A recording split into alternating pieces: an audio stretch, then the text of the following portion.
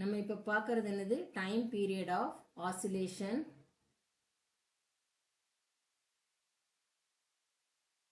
Of a charged body. நம்ம இப்போ ஒரு சார்ஜ் எடுத்துக்கிறோம், அதை வந்து மாஸ் வந்து அதுக்கு எம்னு வச்சுக்கிறோம், சரியா? அப்போ வந்து அதை வந்து நம்ம இப்போ இது பண்ணும்பொழுது என்ன ஆகும், தொங்க விடும் பொழுது, சஸ்பெண்ட் பண்ணும் பொழுது நமக்கு வந்து டைம் பீரியட் ஆஃப் ஆசிலேஷன் எவ்வளோ இருக்கும்? நம்ம யூஸ்வலாக பார்த்தோம்னா இது எப்படி ஆசிலேட் ஆகும், அந்த டைம் பீரியட் வந்து 2π × L/g இருக்கும். அப்போ எப்படின்னா அதில் வேற எந்த இதுவும் இல்லை, ஒன்லி கிராவிடேஷனல் ஃபீல்டு மட்டும் தான் இருக்குது, அதாவது வெயிட் வந்து கீழே இருக்கும் பொழுது. பட் நம்ம இப்போ என்ன பண்ணுறோம், ஃபர்ஸ்ட் கேஸில் வந்து நமக்கு என்ன பண்ணுறோம்னா இதே சார்ஜ் இதே செட்டப்பு, ஆனால் நான் என்ன பண்ணுறேன், இங்கே வந்து ஒரு எலக்ட்ரிக் ஃபீல்டு கொடுக்குறேன். எலக்ட்ரிக் ஃபீல்டு வந்து கீழே நோக்கி கொடுக்குறேன். அப்போ பாசிட்டிவ் சார்ஜுக்கு எப்படி ஃபோர்ஸ் கிடைக்கும், அதே டைரக்ஷனில் நமக்கு வந்து ஃபோர்ஸ் கிடைக்கும். அப்போ அந்த பாசிட்டிவ் சார்ஜ் எவ்வளோ ஃபோர்ஸ் எக்ஸ்பீரியன்ஸ் பண்ணும், Q டைம்ஸ் E, அது நமக்கு தெரியும் எலக்ட்ரிக் ஃபீல்டு இருக்கிற டைரக்ஷன்லேயே.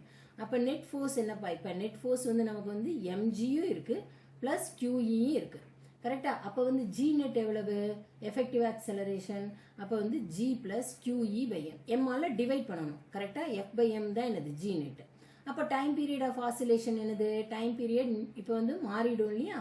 ஸோ டைம் பீரியட் T1ன்னு எடுத்துட்டோம்னா 2π × L/g நெட் வந்துடும். அப்போ 2π × L/g நெட் என்ன ஆகிடும் நமக்கு, இப்போ G ப்ளஸ் QE/m, அவ்வளோதான், சரியா?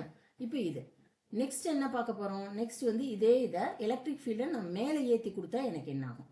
ஸோ எலக்ட்ரிக் ஃபீல்டு வந்து நான் இப்போ வந்து இதே செட்டப் தான், பாசிட்டிவ் சார்ஜ் மாஸ் இது எல், இதே தான். எலக்ட்ரிக் ஃபீல்டு மேலே கொடுத்தா எனக்கு வந்து கீழே mg எப்பவும் போல் கீழே இருக்கும், ஆனால் இப்போ வந்து பாசிட்டிவ் சார்ஜுக்கு எங்கே ஃபோர்ஸ் இருக்கும், மேலே போயிடும், ஃபோர்ஸ் வந்து QE மேலே போயிடும். அப்போ நெட் ஃபோர்ஸ் நம்ம பார்த்தோம்னா இப்போ மேலே கீழே இதை ஆசிலேட் பண்ணும்பொழுது நமக்கு என்ன ஆகும், mg மைனஸ், இப்போ இது மேலே கீழே போயிட்டு வரும்பொழுது நமக்கு mg மைனஸ் QE ஆகிடும், கரெக்டா? Net force. அப்போ G நெட் நமக்கு என்னவா இருக்கும், G நெட் வந்து F net/m. அப்போ இங்கே என்ன ஆகும், G மைனஸ் QE/m. அப்போ டைம் பீரியட் என்னப்பா, அதே தான் சப்ஸ்டியூட் பண்ணுங்க, L/g net. So 2π × L/g minus QE/m, அவ்வளோதான். இது வந்து மேலேயும் கீழே நான் எலக்ட்ரிக் ஃபீல்டை மாற்றி கொடுக்கும்போது. ஆனால் மூணாவது பாசிபிலிட்டி எனக்கு என்ன இருக்குது, எலக்ட்ரிக் ஃபீல்டை ஹரிசான்டலாக கொடுக்கலாம், கரெக்டாக? எலக்ட்ரிக் ஃபீல்டை ஹரிசான்டலாக கொடுக்கும்போது mg இந்த சைடு தான் இருக்கும், ஆனால் நான் இங்கே என்ன பண்ணுறேன், QE ஃபோர்ஸ் வந்து இப்போ என்ன ஆகிடும், எலக்ட்ரிக் ஃபீல்டை நான் ஹரிசான்டல் டைரக்ஷனில் கொடுக்கும்பொழுது எனக்கு இப்போ வந்து QE இங்கே ஆகிடும். இப்போ இந்த ஃபோர்ஸ் இருக்கிறதுனால என்ன ஆகும், இந்த சார்ஜ் வந்து எலக்ட்ரிக் ஃபீல்டு இருக்கிற டைரக்ஷனில் மூவ் ஆகிறதுனால இந்த மாதிரி மூவ் ஆகிடும், கரெக்டாக? ஸோ இது வந்து QE, இது mg, சரியா? அப்போ இங்கே என்ன ஆகுது, இந்த ஆனால் சார்ஜ் வந்து ஆசிலேஷனில் இருக்குது, அப்போ இங்கே ஹரிசான்டலாக ஆசிலேட் பண்ணும். அப்போ ஹரிசான்டல் டைரக்ஷனில் ஆசிலேட் பண்ணணும்னா அதுக்கு வந்து ரெஸ்டோரிங் ஃபோர்ஸ் எது கொடுக்குது, எந்த ஃபோர்ஸ் அதை வந்து கொடுக்குது, அப்போ நம்ம என்ன பண்ணணும், எஃபெக்டிவ் ஃபோர்ஸ் கண்டுபிடிக்கணும். அதுவும் ரொம்ப சிம்பிள் தான். எஃபெக்டிவ் ஃபோர்ஸ் கண்டுபிடிக்கணும்னா ரெண்டு ஃபோர்ஸ் இருக்குது, இங்கே QE இருக்குது, இங்கே mg இருக்குது. ஸோ வந்து பேரலோகிராம் அப்ளை பண்ணுங்க, லா அப்ளை பண்ணுங்க. ரிசல்டன்ட் ஃபோர்ஸ் என்னது, ரிசல்டன்ட் ஃபோர்ஸ் வந்து a² + b² + 2ab cos θ. இங்கே ஆங்கிள் என்னப்பா 90 டிகிரி, அப்போ வந்து வெறும் a² + b² தான் வரும், சரியா?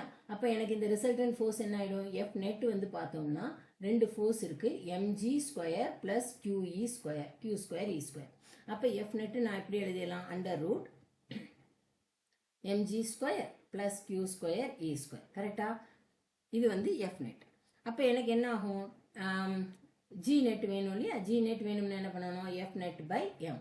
ஸோ இப்போ வந்து எம்மால் டிவைட் பண்ணினா எனக்கு என்ன ஆகிடும், உள்ளே கொண்டு போகும் பொழுது G² + Q²E²/m.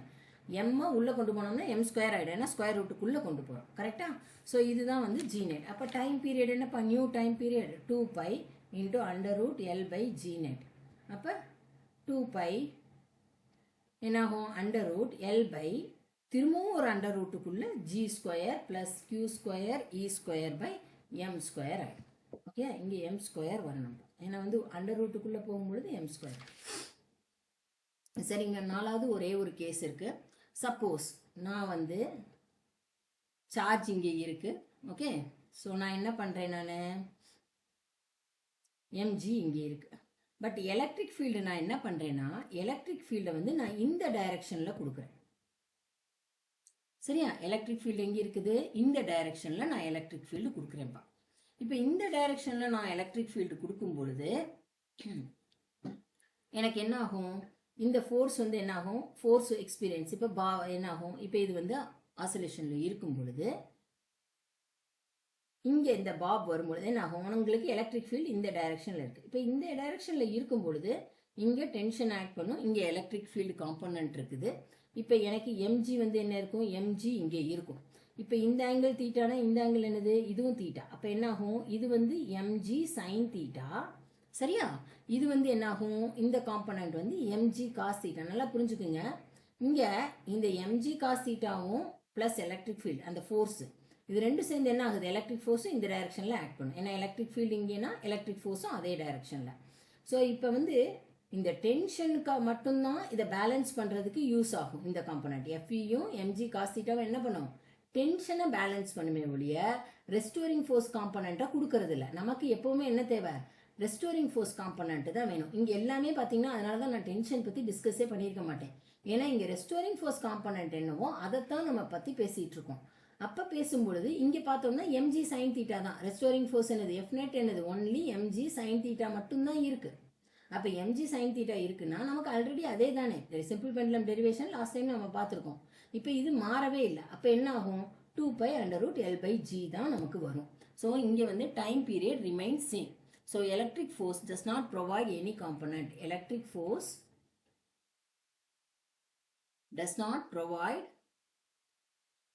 any component to restoring force. அந்த ஒரு காரணத்தினாலே என்ன ஆகும்? இங்கே நமக்கு டைம் பீரியட் மாறாது.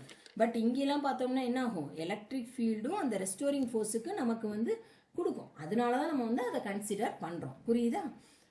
ஓகேம்மா.